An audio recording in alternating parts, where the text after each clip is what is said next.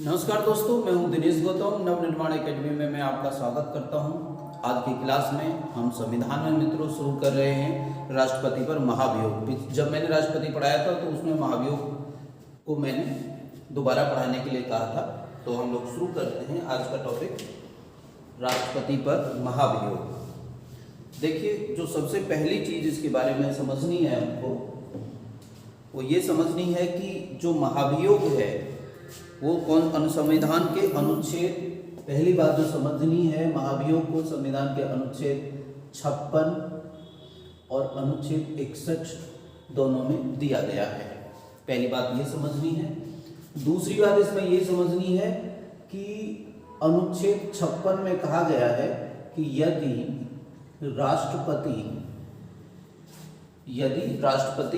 संविधान का अतिक्रमण करते हैं, यदि राष्ट्रपति संविधान का अतिक्रमण करें तो उन्हें 5 वर्ष पूरे होने से पहले पद से हटाया जा सकता है और यह अनुच्छेद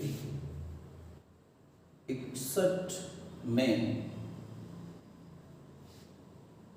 दी गई प्रक्रिया के अनुसार हटाया जाएगा। तो यहाँ पे गौर करने वाली बात यह है कि स्वयं महाभियोग तो दिया है अनुच्छेद 56 में। एक मिनट, अनुच्छेद 56 में दिया है कि जो राष्ट्रपति है उनको उनके पद से हटाया जा सकता है यदि वो संविधान का अतिक्रमण करते हैं। अनुच्छेद 56 में ये भी दिया है कि राष्ट्रपति की नियुक्ति, जो राष्ट्रपति का जो चुनाव है वो 5 साल के लिए होगा।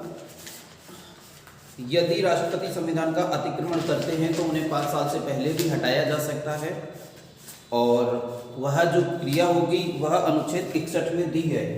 तो 61 में दी गई प्रक्रिया के अनुसार हटाया जाएगा। आप ये समझ सकते हैं कि जो महाभियोग है वो अनुच्छेद 56 में दिया है, लेकिन उनको किस प्रकार हटाया जाएगा या महाभियोग की प्रक्रिया अनुच्छेद 61 में दी गई है। उम्मीद है आपको समझ में आए होंगे दोनों अनुच्छेद। यहाँ से आगे की बात करते हैं। आगे की बात है कि महाभियोग की जो प्रक्रिया है, महाभियोग की जो प्रक्रिया है वह केवल महाभियोग लिख लेना जरूरी है। ये महाभियोग के द्वारा केवल राष्ट्रपति को ही हटाया जाता है। ये याद रखना है, केवल राष्ट्रपति को ही हटाया जाता है महाभियोग की प्रक्रिया के द्वारा। और कौन हटाता है राष्ट्रपति को? संसद हटाती है। राष्ट्रपति को हटाने का काम संसद करती है, संसद हटाती है। राष्ट्रपति को संसद हटाती है। इसका मतलब क्या है? संसद हटाने का मतलब है कि इसमें विधानसभा के सदस्य हिस्सा नहीं लेते हैं। राष्ट्रपति के महाभियोग में किसी भी विधानसभा के सदस्य हिस्सा नहीं लेते हैं। और एक और बात है कि इसमें संसद के मनोनीत सदस्य भी हिस्सा लेते हैं। मनोनीत सदस्य भी हिस्सा लेते हैं। केवल संसद हटाती है और राष्ट्रपति को हटाने की प्रक्रिया में, अब महाभियोग की प्रक्रिया में जो है मनोनीत सदस्य भी हिस्सा लेते हैं। यहाँ पर एक प्रश्न बन जाता है, एक और प्रश्न बन जाता है कि मनोनीत सदस्यों की संख्या नोट करके यहाँ पे समझ लेना है। मनोनीत सदस्यों की कुल संख्या, देखिए, राज्य सभा में 12 और लोकसभा में 2। उत्तर होता है कुल 14 सदस्य मनोनीत होते हैं। ये पेपर में कई बार प्रश्न आया है। एक और बात है, ये संसद की बात हम कर रहे हैं। संसद में कितने मनोनीत सदस्य। एक और होता है कि संसद में कितने प्रकार के सदस्य होते हैं। संसद में 2 प्रकार के सदस्य होते हैं। 2 प्रकार के सदस्य होते हैं। पहले कौन से? निर्वाचित। निर्वाचित का मतलब है जिन सदस्यों के लिए वोट डाले जाते हैं उन्हें निर्वाचित सदस्य कहा जाता है। दूसरा है मनोनीत सदस्य। संसद में मनोनीत सदस्य होते हैं। तो राष्ट्रपति को हटाने में निर्वाचित साथ ही साथ मनोनीत सदस्य भी हिस्सा लेते हैं। ये नोट वाले पॉइंट थे। अगली बात पर चलते हैं, जो भी हमारी बात थी राष्ट्रपति पर महाभियोग के मामले में। अगली बात पर चलते हैं। देखिए, महाभियोग संसद के कौन से सदन में शुरू किया जा सकता है? तो इसकी अगली बात है कि संसद के किसी भी सदन में शुरू किया जा सकता है। कोई से भी सदन में शुरू किया जा सकता है, और जिस भी सदन में शुरू किया जाएगा उस सदन के 1/4 सदस्यों के पहले इस पर हस्ताक्षर होंगे। तो सदन के जिस भी सदन में शुरू किया जाएगा, सदन के 1/4 सदस्यों के इस पर हस्ताक्षर होंगे, तभी सदन में पेश किया जाएगा। और कि आप राष्ट्रपति पर महाभियोग लगाया जा रहा है, यह सूचना 14 दिन पूर्व राष्ट्रपति को दे दी जाएगी। और इन 14 दिन के दौरान राष्ट्रपति अपनी सारी शक्ति का प्रयोग कर सकते हैं। इन 14 दिन में राष्ट्रपति, ऐसा नहीं है कि उनकी शक्तियां छिन जाएंगी, 14 दिन में सारी शक्तियों का प्रयोग करेंगे।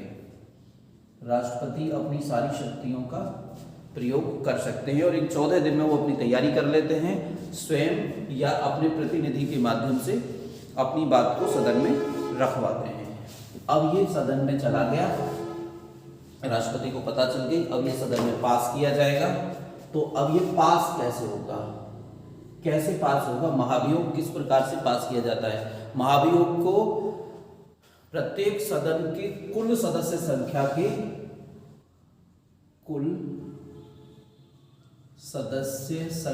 के 1/2/3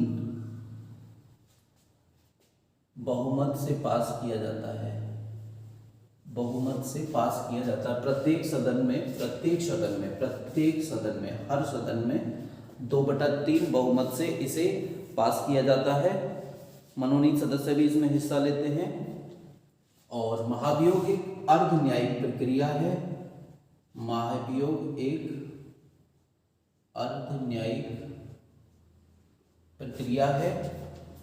यहां से आगे मित्रों, यदि एक सदन महाभियोग को पास कर देता है और दूसरा सदन पास नहीं करता है तो महाभियोग को पास नहीं माना जाता है, राष्ट्रपति को उनके पद से नहीं हटाया जाएगा।